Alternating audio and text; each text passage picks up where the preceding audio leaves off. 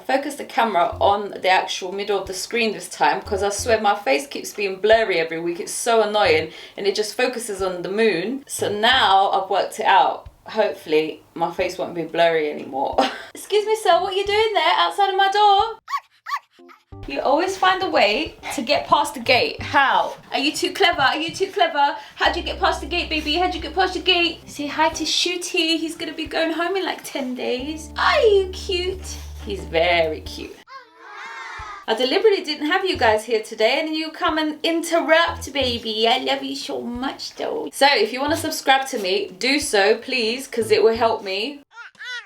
He's such a baby. And if you want to suggest some videos to me, please do so, and I'll be happy to talk about any type of subject, anything. You want me to talk about it, I'll talk about it, anything. Isn't it, baby? I talk about anything. Yeah, but please do subscribe because it does help me like a lot. And it makes me happy. When people subscribe to me, it makes me happy, doesn't it?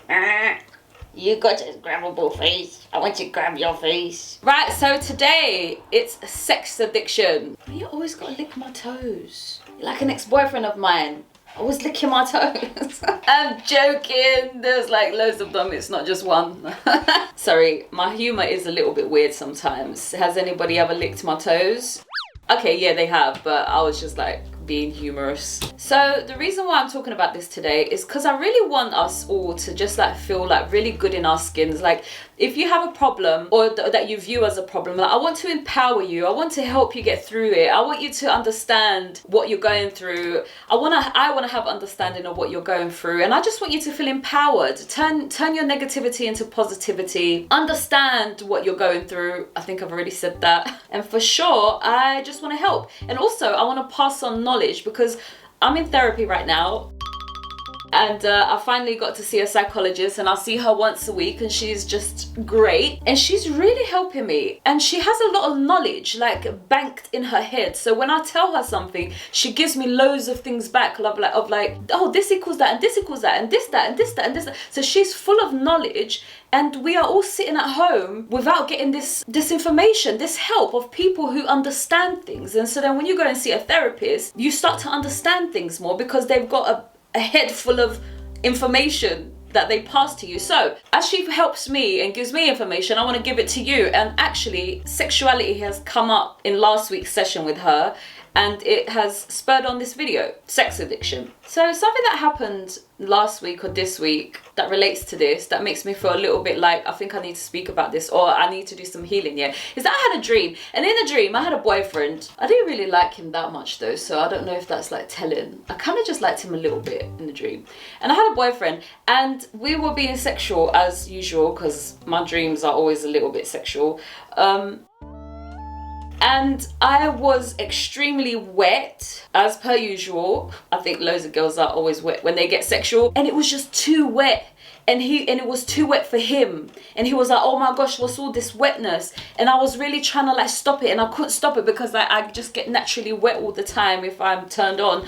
And in the dream, it was just too much for him. It was too wet, and it was just like, maybe it was a bit exaggerated in the dream as well, of like this river. Why do dreams bully your mind? Like, come on, why'd you have to have a river come out of me like that? Like, can you not do that, please? And yet my brain did that.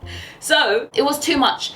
And I woke up from that dream really a bit like disturbed, like what is that about? And I'm just kind of irritated. Like, I don't want to attract no boyfriend that cannot take my sexuality. I don't want to attract men that think that my sexuality is too much for them, or that I get too wet. Like, excuse me, I get too wet, like off. So I did wake up a little bit irritated at the dream of like, what that about? Anyways, and like I said, the conversation of sexuality came up with my therapist this week, so let's get into the conversation. So like I told my therapist, I was sexualized at a very young age. It wasn't my choice, between the ages of 5 and 7, and so sexuality became a massive part of my life. It was something that I seeked. It was something that I felt a bit addicted to as a child. Actually, I think I have spoken about that before in this channel, of like that I did enjoy sexuality as a kid, and I seeked for it, and I found it all the time. And then I had a relationship in my very early adulthood where I kind of like opened up to him about everything that had ever happened to me. And he, because he was a little bit unhealthy in his head, made my whole entire life a disgusting thing. Anyway, so I'm talking to my therapist about it, and she's asking me all these questions. So how did you feel? How did you feel? And how did you feel? And I said to her that sexuality felt like Disneyland, like it's so exciting. Like I get to do that. It's like this like burst of excitement in my chest, like, oh, sexuality, like, oh. And it's exciting. And she was like, Nayna, I'm really glad that you used the word Disneyland, because the way that you have described your childhood and all this trauma that came with your childhood, the only thing, because we went through a lot of being foreigners in this country 25 years ago was absolutely hell.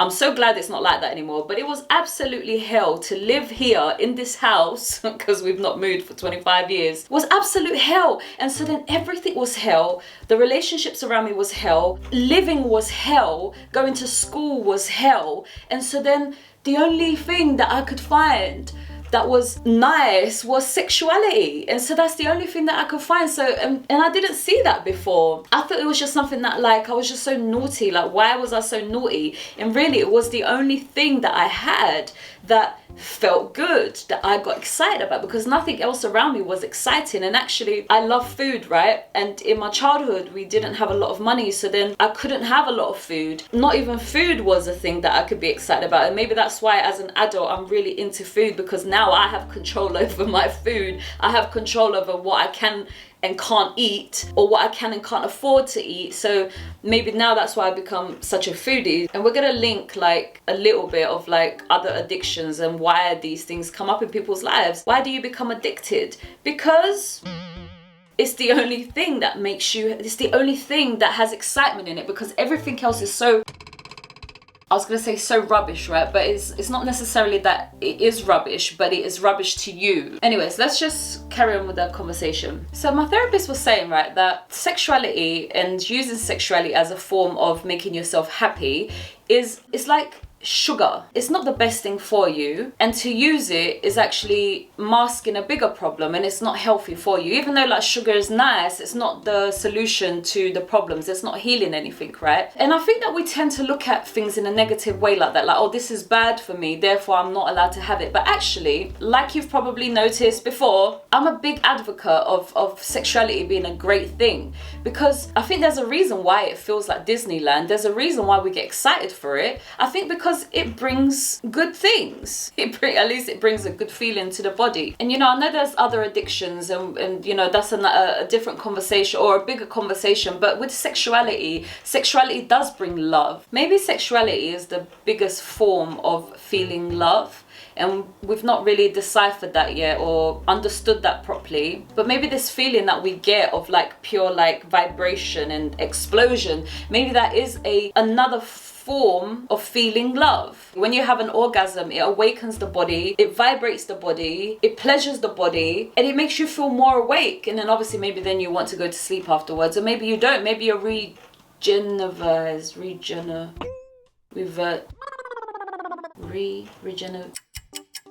I don't know what that word is. Regeneratilize. No, I know that there's a word there where you feel like fresh.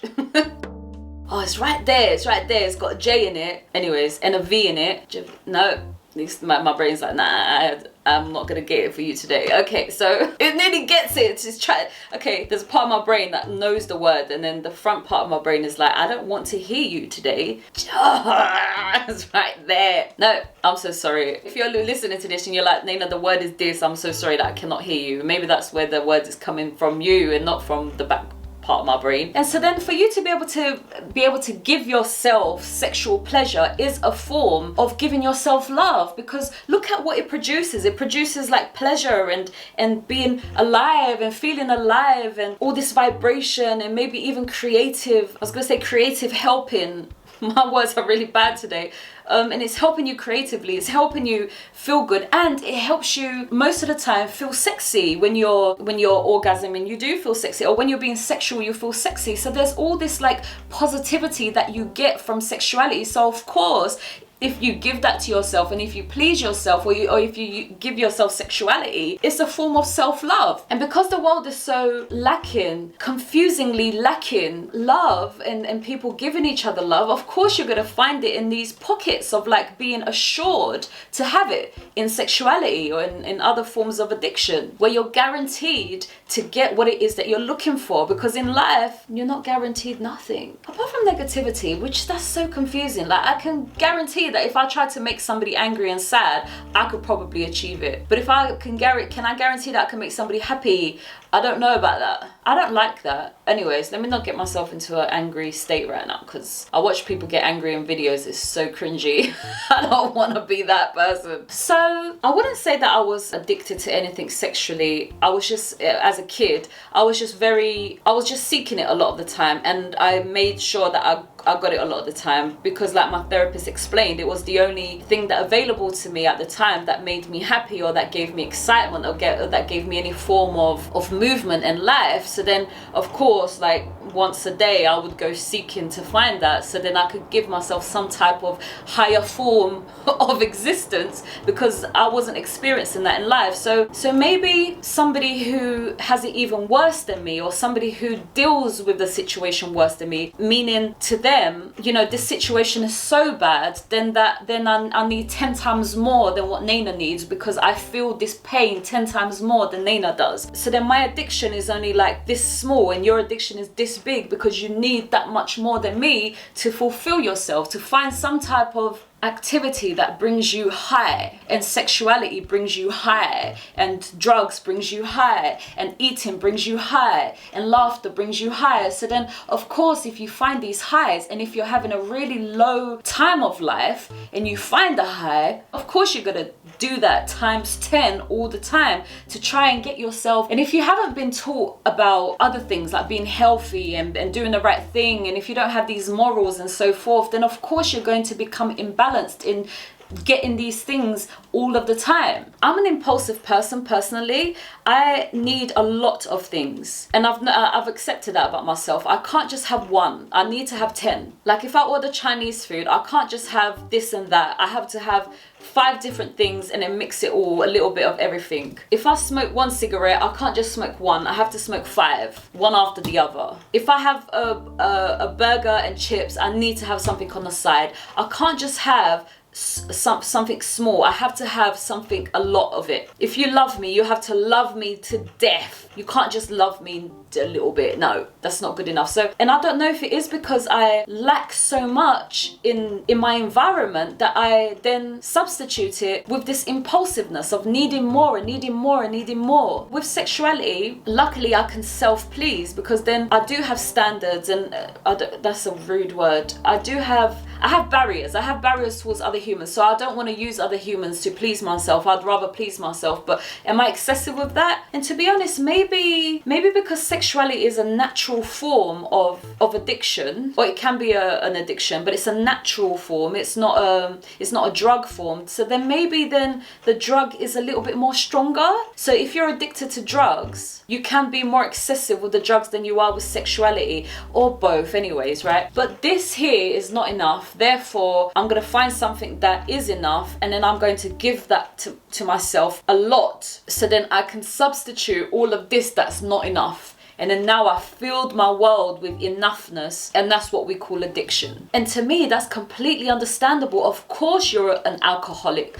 Of course you're a druggie. I don't touch like A-class drugs because of past trauma of things that have happened in my family. But I've definitely smoked weed, and I was definitely addicted to weed. I've definitely drank a lot and drank every single day for a very long time. So I know what it feels like to have these addictions. And of course you have them. Like, this world is absolutely missing some screws. And not only that, it's missing some pieces. And not only that, it's missing the leadership behind it. Hey, you scared me. God, he scared me. I caught myself jumping there. He barks at my mum as if this is not her house. You've literally been here for 3 weeks. She's been here for 25 years.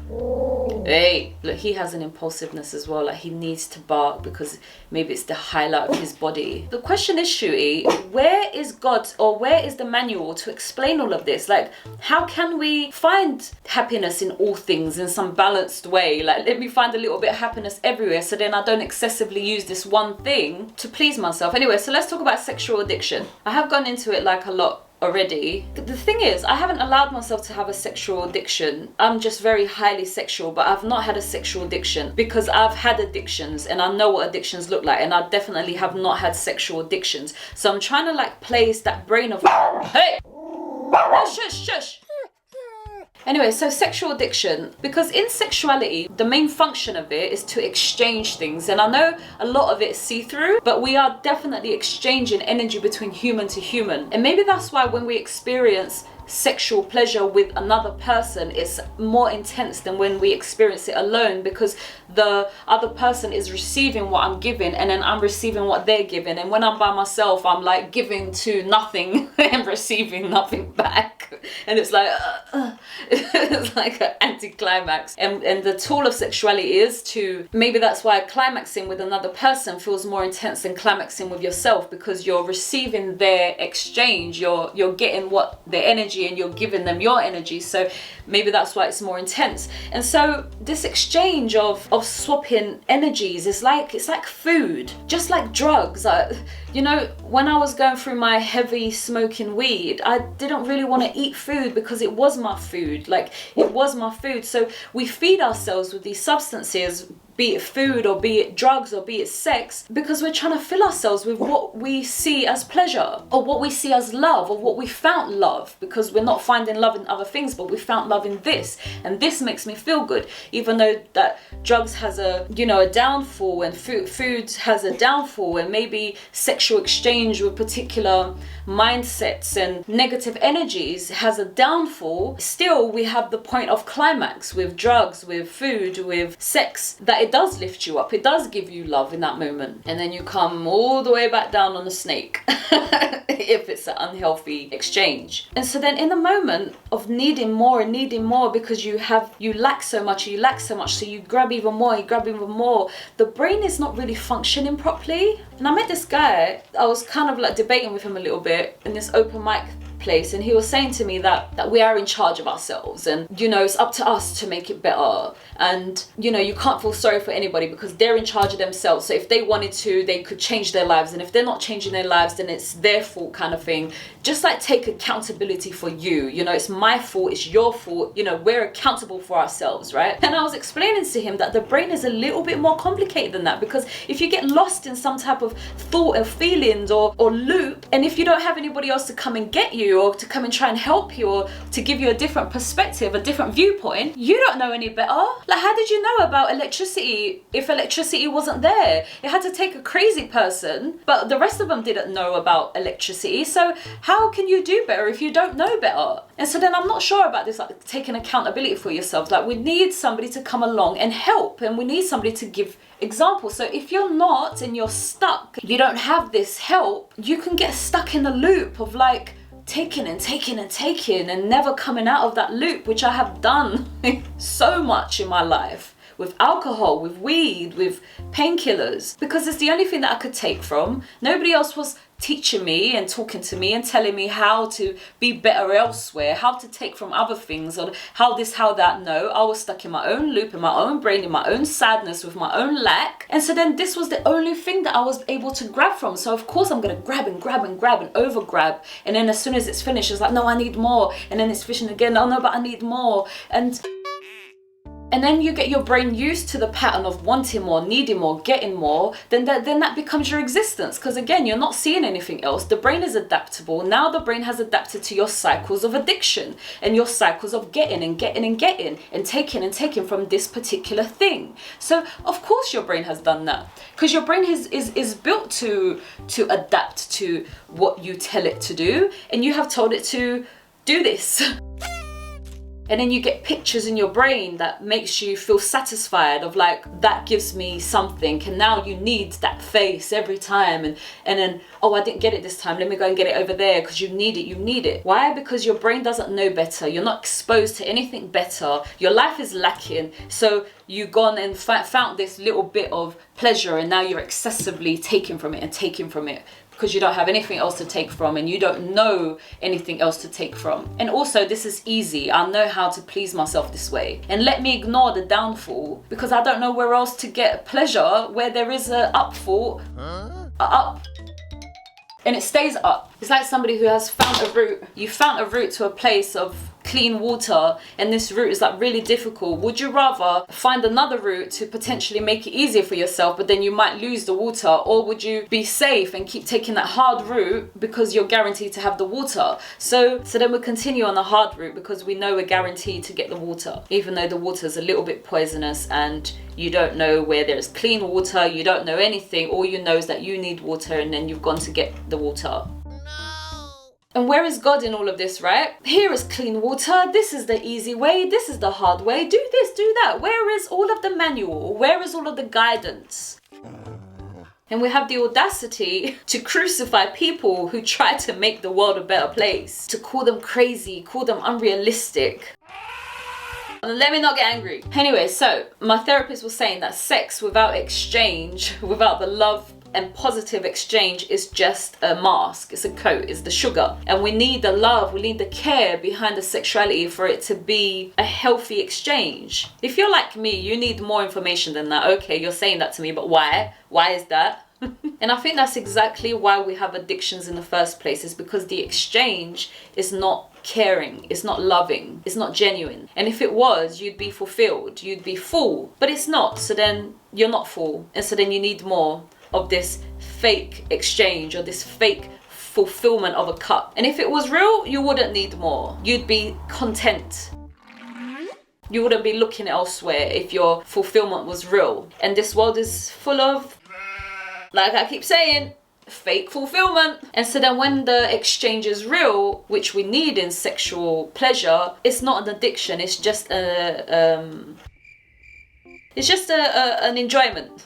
And not an addiction where you keep taking and you need it. Oh, I need it again, I need it again, oh, I need it again. It's just like me right now, I'm addicted to tuna sandwiches. And I have one and I finish it and I need another one. Lucky I stop at 2, because if I had any more, I think it would be a bit unhealthy. But again, somebody might not have that cap and they just have a 3rd and a 4th and a 5th. Because why? Because it's that bad for them. It's that bad. So just to confirm what I was saying there, the reason why sex without a positive exchange is unhealthy, the reason why is because we, I think as humans, are intended to receive care and receive love. And if we don't, then it's unhealthy. And it's unhealthy because we don't like it.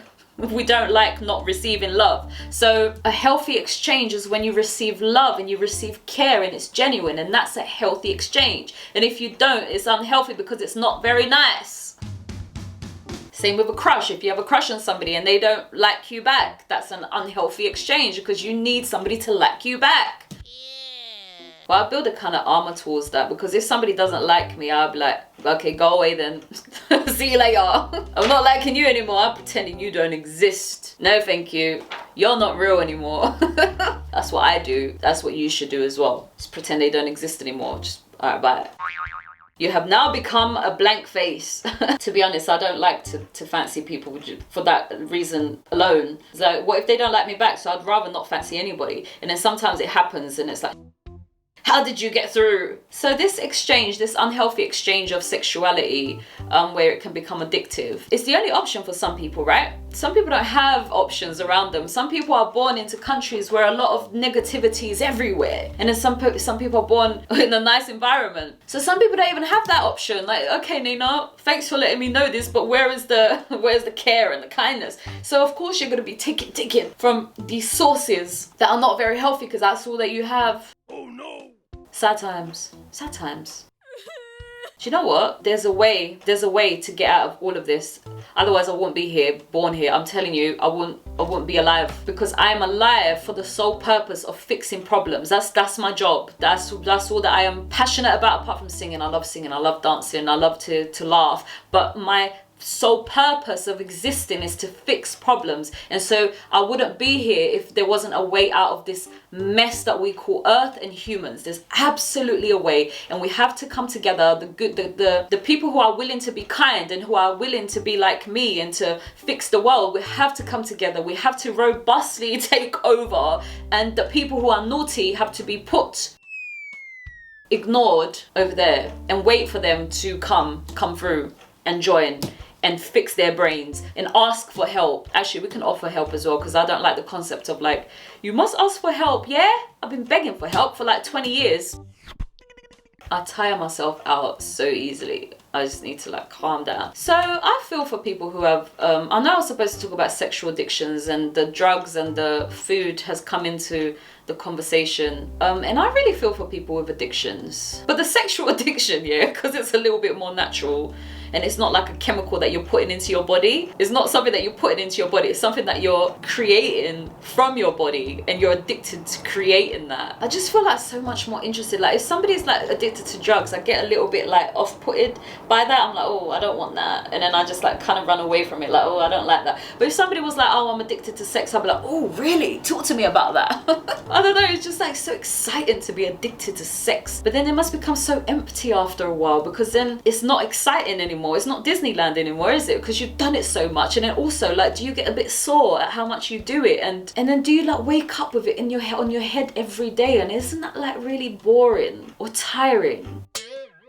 Because I wake up every day with a thought of changing the world, with a thought about God. Like, that's all that my brain, and it's so tiring. So then if all you think about is sex, isn't that tiring? But you know, I feel like that a way to like help this is to actually have conversations with people. Like, ask other people's point of views. Wow, you're not addicted to sex, no? How do you live? And me, that's why I ask about drugs. Like, I ask people, do you take drugs? Are you addicted to drugs? And then they're like, no. And I'm like, are you addicted to alcohol? And they're like, no. And I'm like, wow, like how do you live? And so then I feel like we need to go around asking people questions to get a new perspective of how can I live? How can I possibly be doing this instead of being addictive? Like, how can I do that? So we just need to be more open and talk and ask questions, so then we can be inspired to be a new person rather than an addictive person.